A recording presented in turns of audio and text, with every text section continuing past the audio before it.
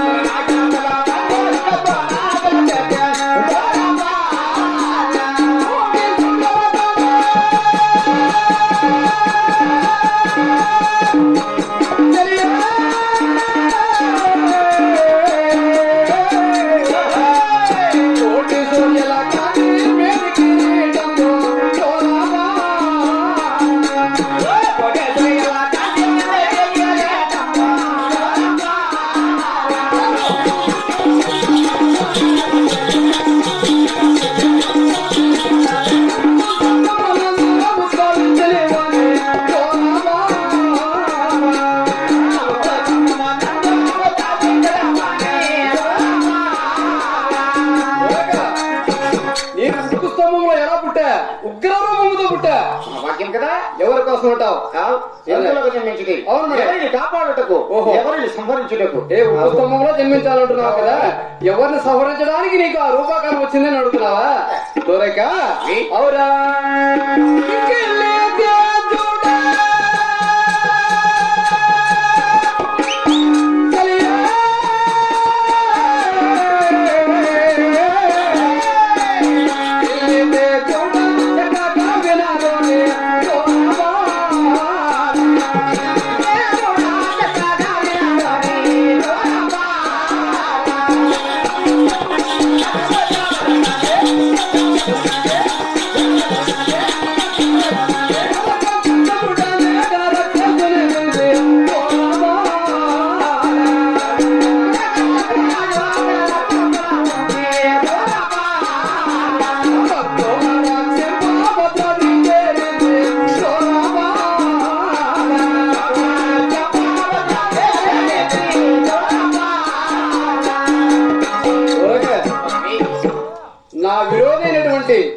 హిరణ్యకశిపుని సంహరించడానికి ఈ ఉగ్ర రూపంతో సింహావతారంతో జన్మించా. నా విరోధైనటువంటి హిరణ్యకశిపుని సంహరించి నా భక్తుడైనటువంటి ప్రహ్లాదును కాపాడుకోవడానికి ఈ రూపాకారం వచ్చింది. ఇక్కడ ఈ గరుడాద్రిపురంలో భక్తులందరినీ కాపాడుకొనుస్తూ సుస్థిరముగా నివసిస్తున్నావు. ఇప్పుడు అడుగు, నువ్వు ఏదో అడిగితే కదా, జరిగిపోయిన కాలం అది. ముందు యుగములో ఎప్పుడో జరిగిపోయిన కాలం. ఏ యుగములో అవతారం ఎత్తినది, ఎవరిని సంహరించినది, ఎవరిని వివాహం ఆడినది, అవునా? అది కూడా తెలుసుకోవాలి. దొరక అంటే అది జరిగిపోయిన కాలంతో నీకెందుకు అనుకున్నా. మా మనసు తెలుసుకోవాలని కొత్త కొత్తగా ఉడికిపోతాం. అవునులే, మనసులో కోరిక.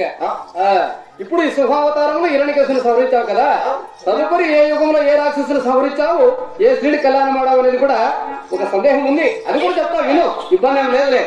నువ్వు ఏమడిగినా పర్వాలేదు నన్ను. అవురా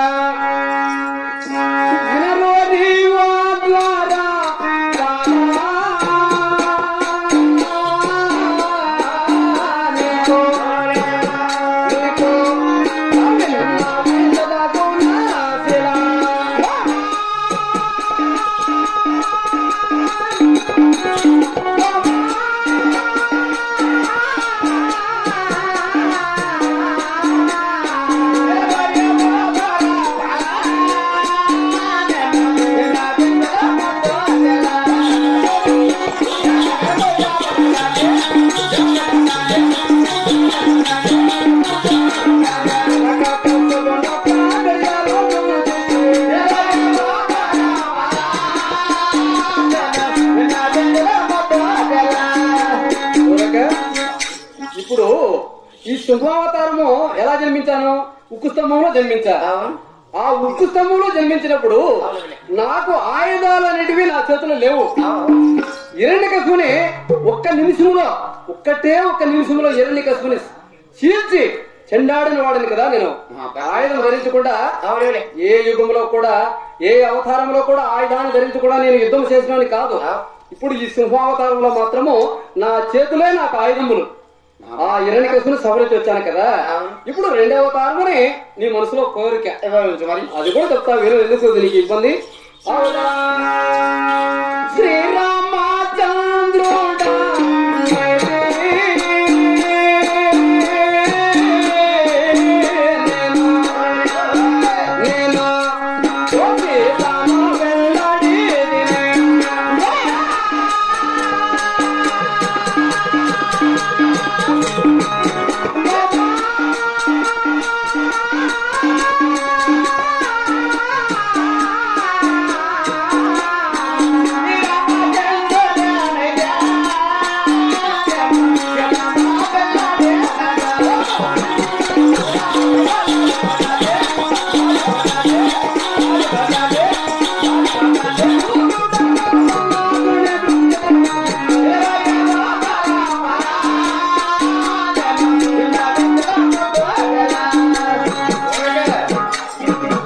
నన్ను ప్రశ్న అడిగావు.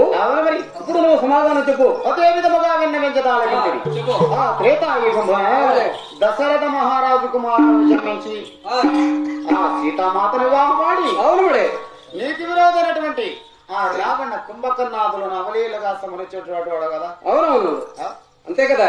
అది త్రేతాయుగంలో కాబట్టి ఇప్పుడు నీ రెండవ అవతారం అంటావా? అవురా వసుదేవాసుతోడను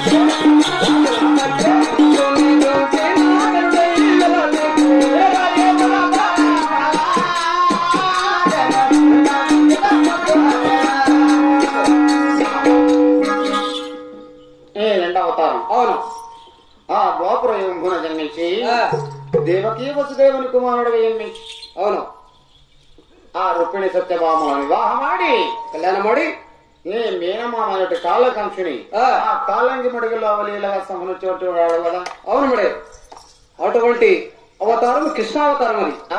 అవును. ఇప్పుడు ఈ మూడవ అవతారం ఇల్లు ఈ వాకిలి నీ నివాస స్థలం ఎక్కడ నివసిస్తున్నావు అని కూడా సందేహం ఉందా? అవురా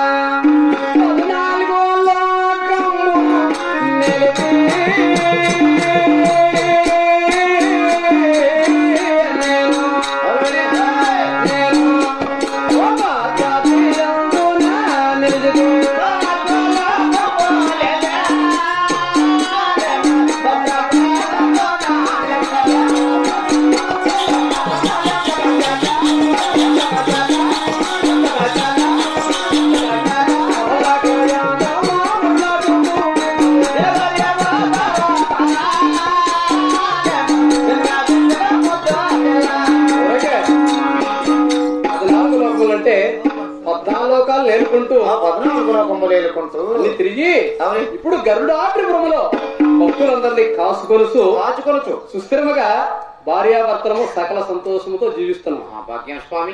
ఇంకా సందేహము అయినను ఇంకా అడుగు, ఏమన్నా మనసులో ఉంటే ఏం పెట్టుకోవద్దు. ఇప్పుడు నీ భక్తులు నిన్ను ఏమని కొనియాడుతున్నారు అంటే ఈ భూలోకంలో జన్మించావు కదా, భక్తులు భూలోకంలో భక్తులందరూ నీ నామస్మరణ ఏమని చేస్తున్నారు, ఏమని కొనియాడుతున్నారు అది కూడా ఒక సందేహమేనా?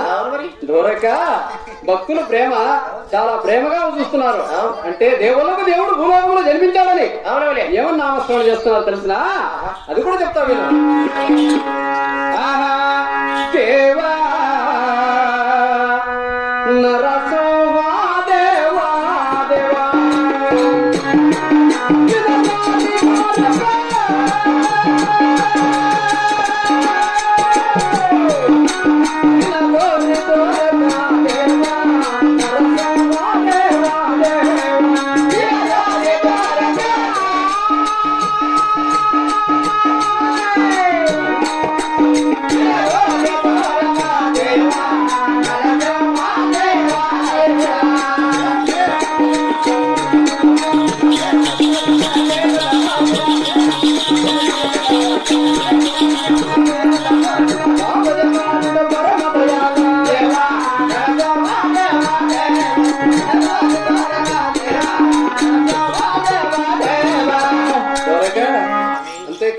మరి ఇంకా ఏమంటున్నారు తెలిసిన ఏ విధముగా రాక్షస విను సంవాద వినగోరి కోరక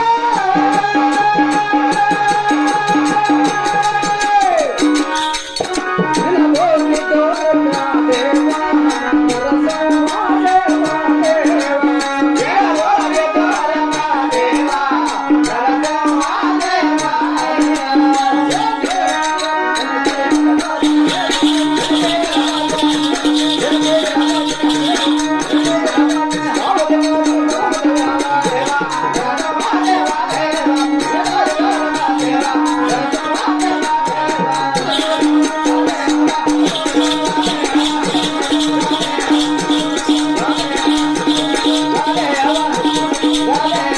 దేవా